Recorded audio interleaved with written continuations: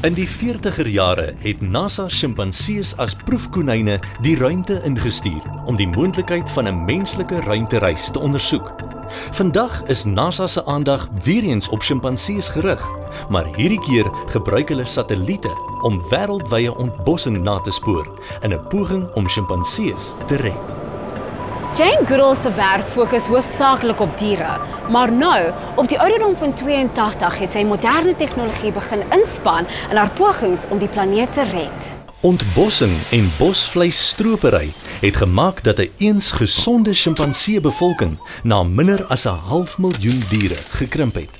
I'm no longer doing what I love to do, I'm doing what I feel I have to do, trying to make sure that everything that I've worked so hard for can continue. Sjimpanseegetalle in die Gombe Nasionale Park in Tanzanië het eintlik oor die jare gestyg, maar die statistiek buite die park is skrikwekkend. What is the difference between the time spent then and the time now at the age of 82 years old?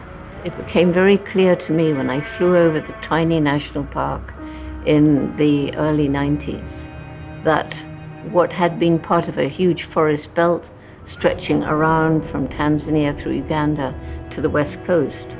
Now Gombe was an isolated 30 square mile little island of forest surrounded by completely bare hills. Too many people than the land could support, struggling to survive, too poor to buy food from elsewhere. And it was very obvious to me, it hit me like this, unless we do something to improve their lives, we can't even try to save the chimpanzees.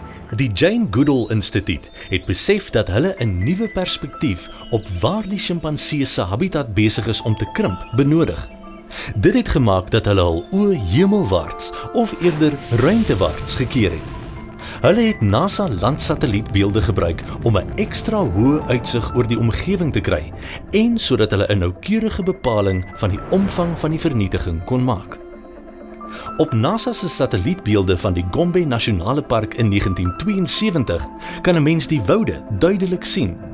Hierdie foto van 1999 wys die ware omvang van ontbossing. Rondom sekere dorpies het amper 90% daarvan verdwyn. Dr Goodall het 'n uitstekende rol in die ondersteuning van plaaslike dorpies gespeel om met behulp van tegnologie beter grondgebruikplanne te ontwikkel. So they used to do their maps drawing them on the ground with a stick and, putting this kind of stone to show a house, and they were able to see their sacred sites. And so they were actually able to really work out how to use the land. Die gevolg van die NASA Jane Goodall Instituut vennootskap het dus nie net 'n groot invloed op die herstel van die sjimpansee habitatte rondom die dorpies buite die Gombe Nasionale Park gehad nie. Dit het ook 'n invloed op hoe plaaslike gemeenskappe met hulle omgewing omgaan. Each village 2 volunteer forest monitors, and they're using iTablets and smartphones donated by Google. So even if they can't read and write, they can use these tablets, and they chose themselves what they were going to record, whether it was an illegally cut tree, a bullet casing, or on the positive side, a chimp nest, or sighting a leopard or something. Hierdie inisiatief word Global Forest Watch genoem. Dit stel die dorpie se besluitnemers in staat om waarskuwings in verband met die verlies van bos af te laai en te sien wat in die omliggende gebiede gebeur. At first we were just around Gombe in 12 villages. This is where we've restored the forest, gradually moving out into other eroded areas. Now we're working to save the forest in further south, where most of Tanzania's wild chimps are unprotected. They're just in village forest reserves, so using the same methods that protects the forest.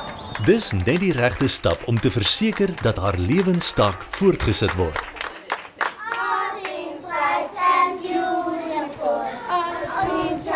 Op die ouderdom van 82 het die Britse primatoloog onlangs Suid-Afrika om omgewings- en humanitêre redes besoek.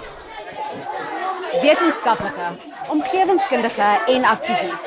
Dr Jane Goodall se naam is sinoniem met al hierdie terme, maar nou gee sy terug na voedselvlak. Roots and Shoots is 'n vertakking van die Jane Goodall Instituut. Roots and Shoots is about making this a better world for people, for animals, for the environment. Die program word in 100 lande verteenwoordig en Suid-Afrika is trots om een van hulle te wees.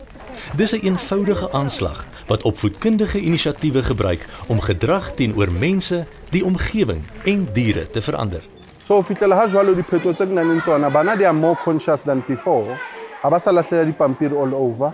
Se ba nka sefate tse ka motswalle than before, like o khata sefate. Se ba le bana ba hlokomelang ntho tse tshwanang le body food garden tse every day ba di watera.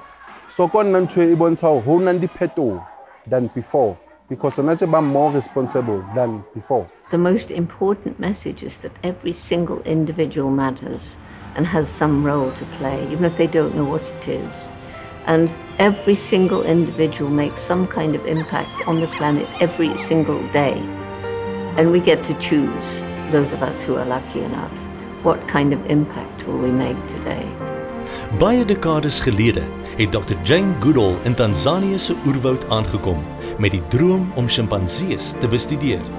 Haar navorsing het haar egter op 'n nuwe sending gestuur, om sjimpansees en die planeet waarop hulle woon te red. Nou, met behulp van die jongste tegnologie, gaan sy onvermoeid op haar reis voort om haar doelwit te bereik.